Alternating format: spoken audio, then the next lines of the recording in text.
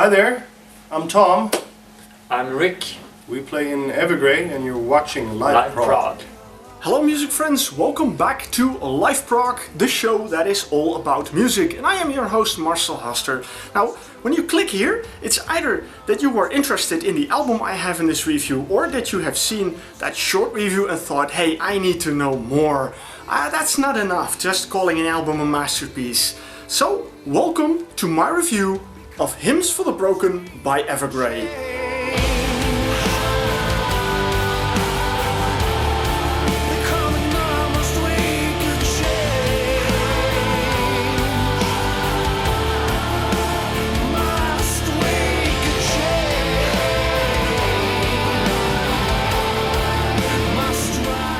Okay, I am not going to bore you with the history of Evergrey. You can find that on evergrey.net. That's their website. You can find anything you want about this band. But I want to pick up the story around 2011, when they released their previous album, Glorious Collision.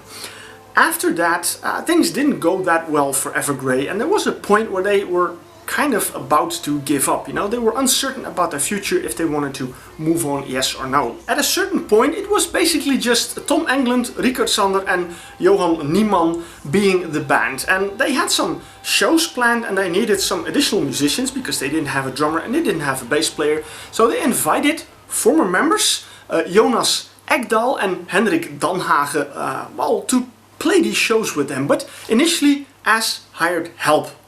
Doesn't sound that good, but that's the way it was. It was just a sort of a business transaction. But when they got playing together, they also got talking together, and it turned out there was still this chemistry between them. And at a certain point, they just started working on songs again, and that turned into this album, Hymns for the Broken. I gotta say, I had an opportunity to meet with the band very early in September. They were doing a promotion tour. I had an interview with them. You can find that on Live Prog. If you haven't seen that, I probably think you have seen it, but if you haven't, there's a link in the description, and there's a link probably somewhere around here. So check that out if you like. They got back together and started working on this album, and something changed with them. Well, I think several things changed with them. I mean, I've always enjoyed the sound of Evergrey, and if I have to pick out some keywords to describe their sound, I think I can pick numerous keywords, because I think their sound is grand, it's theatrical, it is dark, it is melodic, it is very powerful, and it is very emotional. But there's one thing that you kind of feel in basically all the Evergrey albums, because they never are that dark without that sense of hope.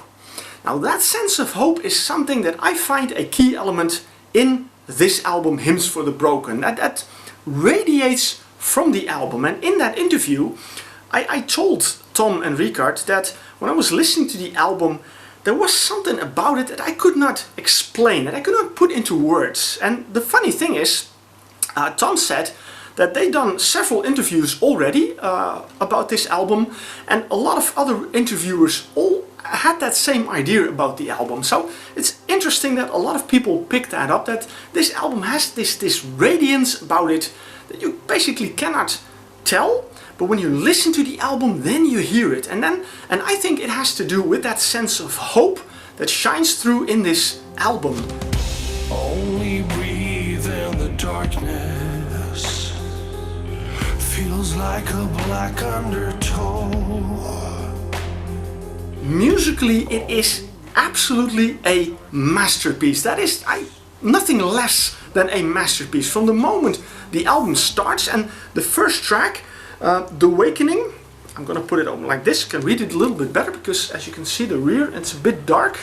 But we have on the inside, we have the tracks a little bit better to read. The Awakening is a short instrumental sort of introduction to the rest of the album, but already when you hear that, and it moves into the song King of Errors, and then you hear like, wow, the band is back, and they sound so refreshed, so full of energy, so full of spirit, you know, really going for it all the way, 100%. And that is something they explained in the interview as well, that from the moment that they got together and they found that chemistry again, and when they started working on this album, they changed things in the way they did it.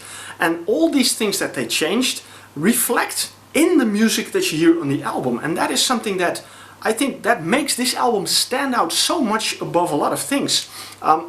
This album, Hymns for the Broken, is definitely one of my most anticipated albums for the second half of 2014. From the moment I heard King of Errors, I knew like, wow, this is an amazing song. A really beautiful video along with it, and I thought, wow, you know, if the rest of the album is just as good or maybe even half as good as that song, we're gonna get a fantastic album. And I can tell you, if you know King of Errors but you haven't heard this album, trust me, the rest of the album is just as good as that song, because the level of everything on this album starts there and keeps up all the way to the end of the song, to the last track, The Aftermath. We have about a little over an hour of music, and in that hour this band really takes you, this band really captures you with their emotional sound, and especially the vocals by Tom Englund are really fantastic on this album. If you listen to a song like Black Undertow, where you really hear them, how low he can sing, it's really good, but he put a lot of personal emotions into the album. I mean, if you go back to the interview again, he tells a little bit of, you know, the inspiration that he had for this album, you know, going through a dark phase but seeing light at the end of the tunnel. And even though you might be in that tunnel, you still know there is hope at the end, you know, and that is the message that they want to bring out with this album, and that is something that you feel when you listen to it.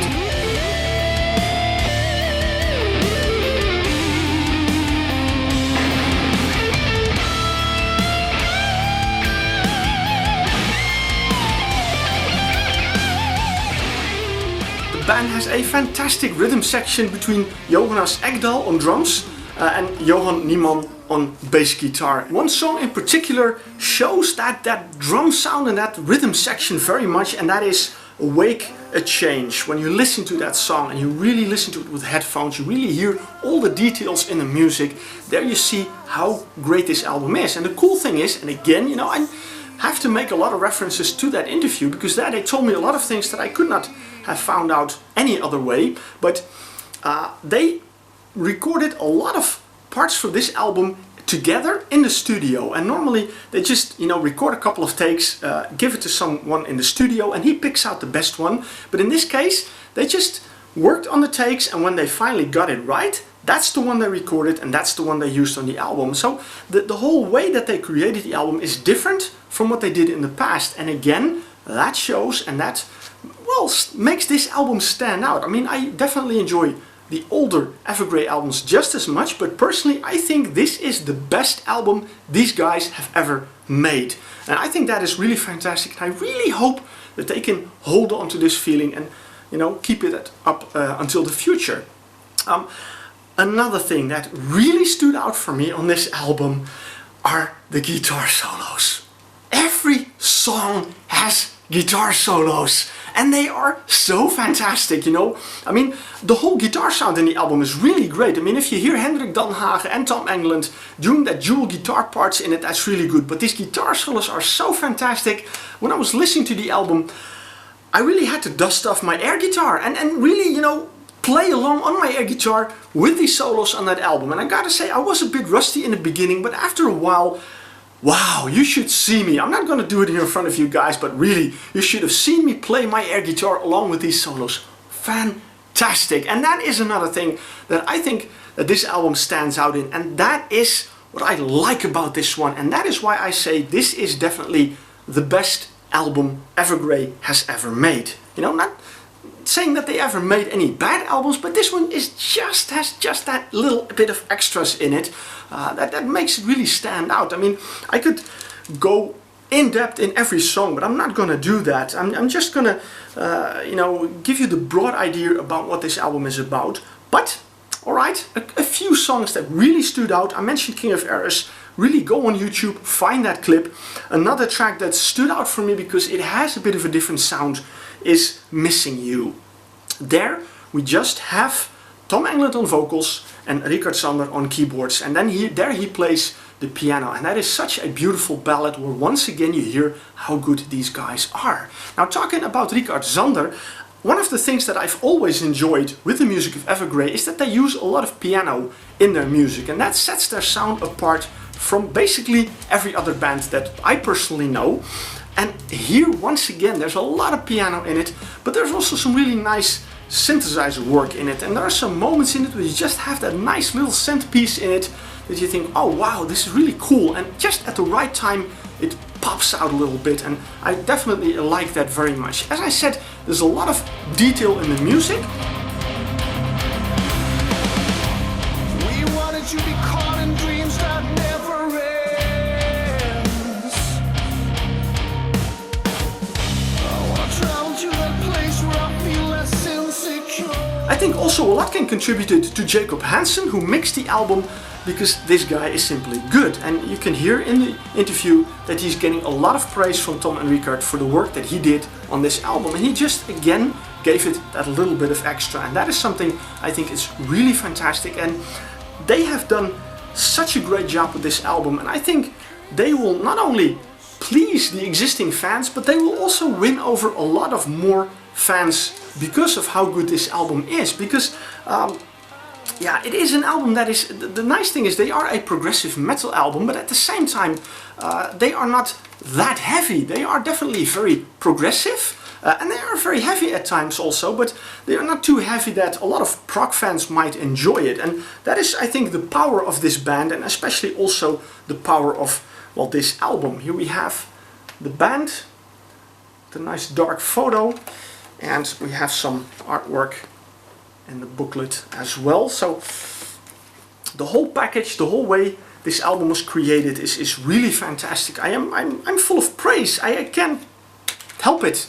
You know, that's the effect that this album has on me. And I've been listening to the album in digital form for a long time, because initially I received the digital promo, and then I got the album and I could look at the artwork and everything and listen to it on my good stereo, and it sounds phenomenal. That's all I can say about it. And every song is top notch. So, you know, that's what I have to say about this album. And of course, I'm curious what you think of this album. So, you know, make sure you leave a comment in the comment section below what you think of this album. And so check it out. It may not come as a surprise, but I'm giving this album a Live Prog must-have seal. I'm giving this a 10. Yes, I'm bringing the grades back because I think, yeah, I'm gonna try and do that. This is, of course, a 10. Well, it's an A plus even. The highest score I can give, I'm giving to this album, because this one has really captured me. There are a couple of other albums that are high on my list, high on my expectations list, but this is one of them.